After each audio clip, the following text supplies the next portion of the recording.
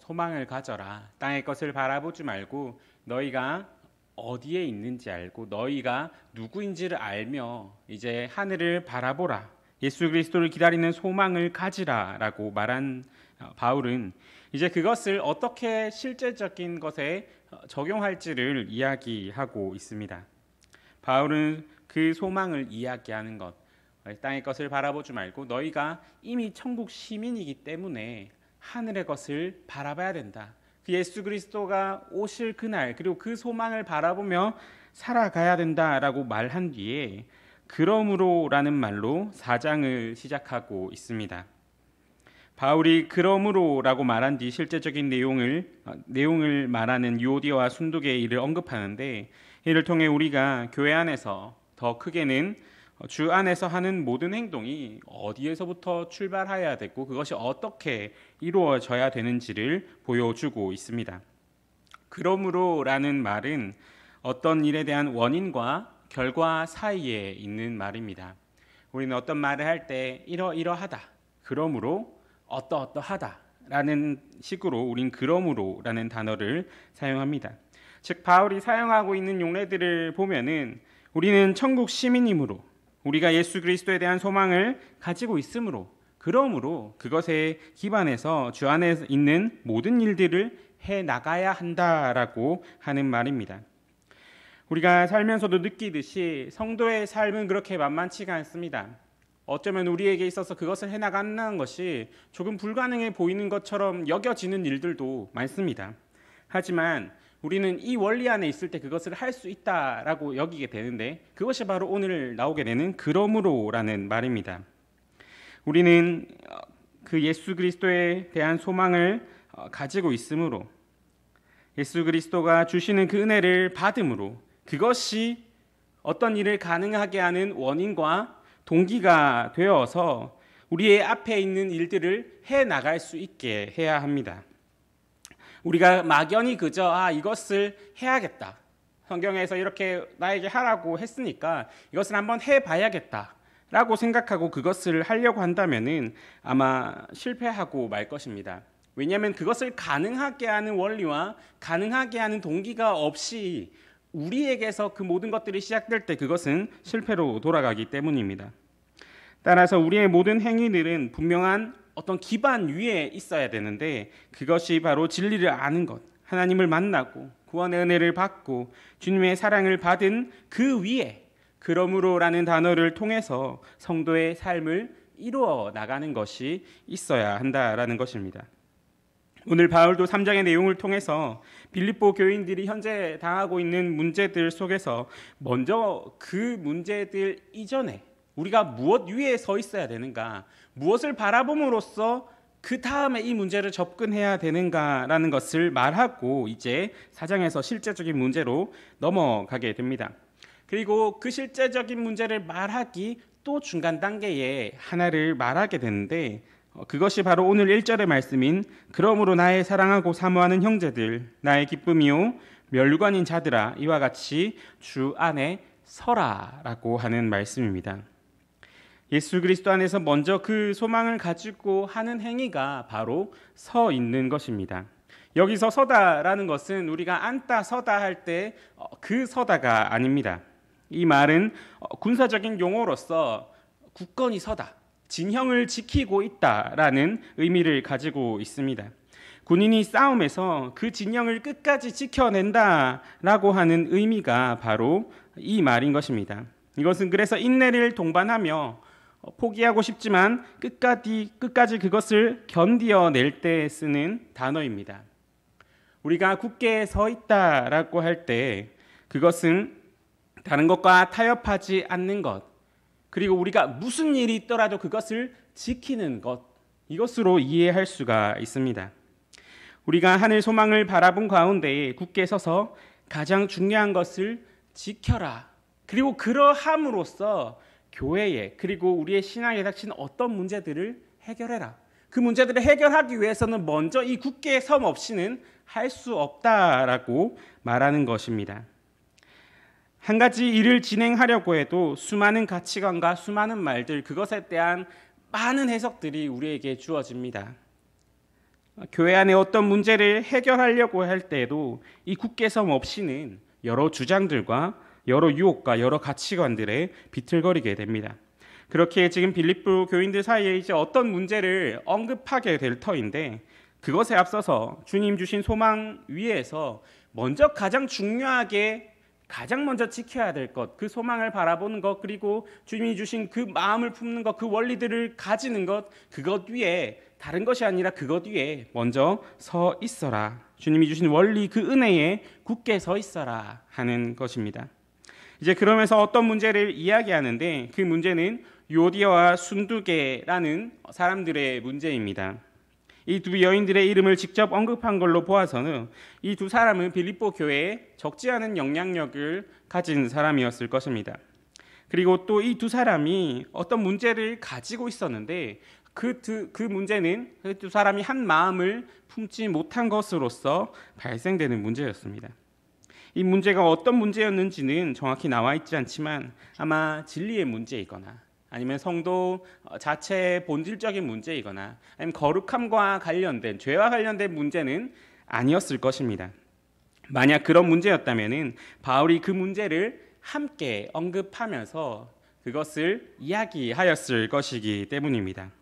그렇다면 지금 발생하고 있는 문제는 교회 안에 두 사람의 어떤 다른 생각, 다른 관점 때문에 생기는 문제다라고 할 수가 있습니다.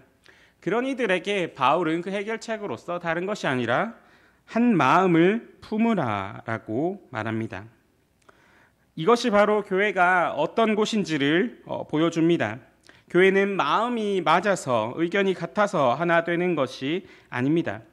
마음이 맞기 때문에, 그리고 의견이 같기 때문에, 나와 관심사가 같기 때문에 한 공동체로 모이는 곳은 세상에도 많이 있습니다. 하지만 교회는 그런 곳이 아닙니다. 나와 통해서, 나와 마음이 잘 맞아서 모인 곳이 아니라 예수 그리스도께서 불러 모아주시고, 그리고 거기서 우리들은 하나님의 구원하신 은혜와 그 사랑 때문에 하나 되기를 힘써가는 공동체입니다. 그렇기 때문에 교회는 어떤 문제가 항상 발생할 수밖에 없게 되는데, 각자 다른 사람, 그리고 다른 가치관, 그리고 다른 생각을 가진 사람들이 모였기 때문에 그곳 사람들이 함께 모여서 일을 하게 될 때, 만약 거기서 자기의 생각을 주장하게 된다면 필연적으로 문제가 발생하게 되는 것입니다.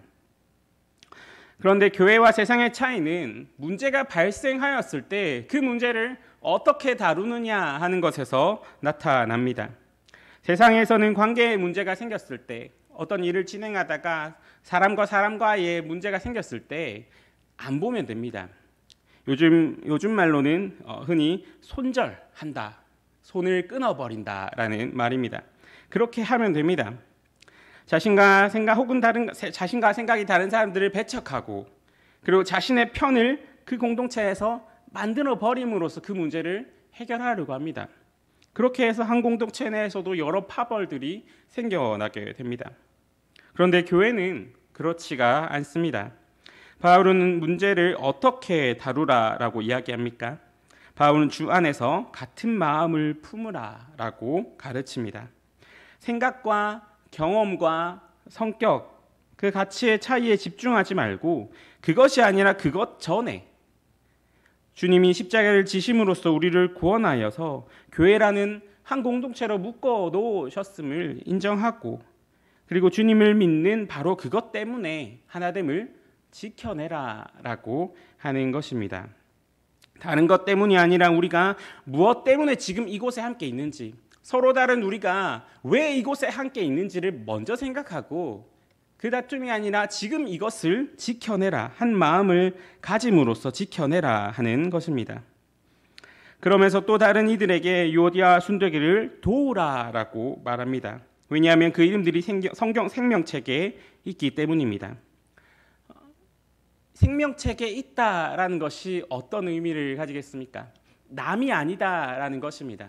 우리는 다 같이 생명책에 있는, 다 하나님의 가족인 것이고, 지금 하나님이 한 교회로 묶어져서 함께 교회를 세워나가게 하신 사람들이니, 그 문제가 발생하였을 때 저기서 싸우는구나, 또 싸우는구나, 또 문제가 있구나. 왜 이럴까? 이런 것이 아니라 그 문제를 나의 문제처럼 여기면서 도우라라고 하는 것입니다. 바울은 오늘 말씀을 통하여서 교회가 어떻게 세워져 가는지를 알려줍니다. 가장 먼저 교회는 주 안에서 세워져 갑니다. 바울은 계속해서 주 안에서라는 말을 사용하면서 교회가 어떤 원리 위에 서 있는지를 알려줍니다. 가장 우선되는 원리가 바로 주 안에서라는 것입니다. 주 안에서라는 말은 바울은 여러 군데에서 사용되는데 그 사용되는 의미들은 예수 그리스도의 영역에서 혹은 예수 그리스도에 순종하여서 그리고 예수 그리스도를 힘입어서 등의 의미로 사용되게 됩니다. 이것들이 가지고 있는 공통적인 의미는 나가 아니라 그리스도 중심으로 해 나가라라고 하는 것입니다. 그리고 주 안에서 굳건히 서 있으라라고 말합니다.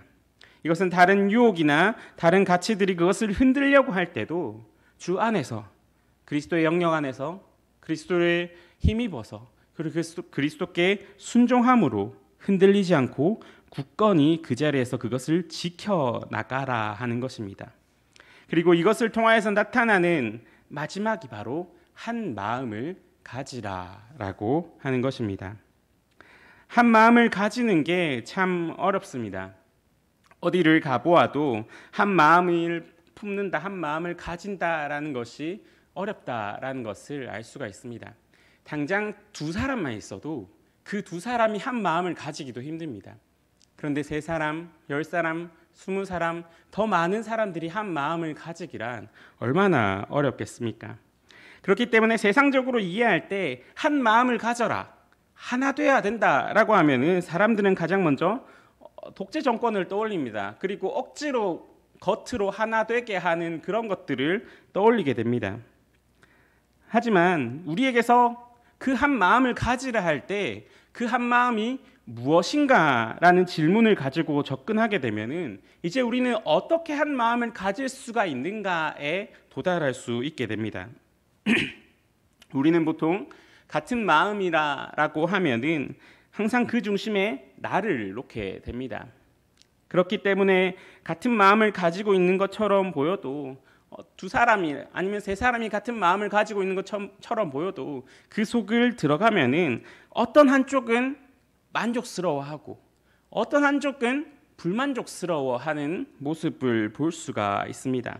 누군가 어떤 사람과 나는 정말로 마음이 잘 맞아요. 우리는 정말로 마음이 잘 맞아요 라고 해도 그 속을 들여다보면은 누군가는 혹은 2명 다 혹은 3명 다 내가 저 사람한테 맞춰주고 있다, 내가 희생하고 있다라는 생각을 가지고 있다라는 것입니다. 그런데 한쪽의 희생 또는 한쪽의 맞춰줌, 어떤 한 사람이 내가 항상 맞춰주고 있다, 내가 희생하고 있다라고 하는 그 생각은 결국 문제를 일으키게 됩니다. 그렇기 때문에 우리에게 있어서 한 마음이 된다라는 것은 항상 어려운 일로 다가옵니다. 그런데 오늘 한 마음을 가지라라고 할 때 바울은 앞서서 또 다른 한 마음을 이야기하였는데 그것이 바로 예수 그리스도의 마음입니다. 빌립보서 2장 5절은 이렇게 말씀합니다. 너희 안에 이 마음을 품으라. 곧 그리스도 예수의 마음이니. 아멘. 교회가 가장 다른 점, 그리고 교회가 가장 기반에서 세워져야 할 점이 있다면 바로 우리가 예수 그리스도의 마음을 품는 것입니다. 우리는 모두 예수 그리스도의 마음을 품어야 합니다. 예수 그리스도의 마음이 무엇입니까? 예수님은 하나님과의 동등함을 통하여서 자기의 유익을 추구하지 않고 오히려 가장 낮아지셔서 죽기까지 순종하였습니다. 그리고 이 약함을 통하여서 예수 그리스도의 주되심이 선포됩니다. 따라서 그리스도가 주님이다라고 고백하면서 따르는 이들은 그리스도 안에서 하나가 되어서 서로를 자신보다 귀중하게 여기는 사랑의 공동체를 이루어 가야 합니다.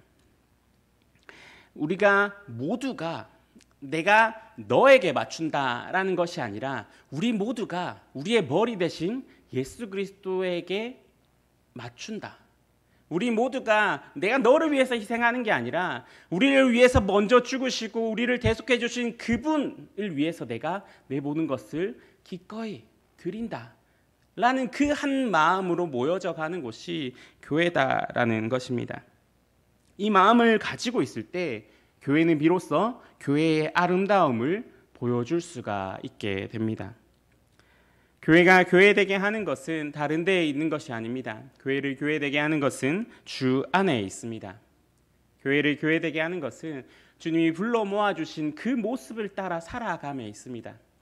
교회의 아름다움은 그 주님의 마음을 본받아서 서로를 귀중하게 여기고 서로를 자신보다 낮게 여기는 거기에 있게 됩니다.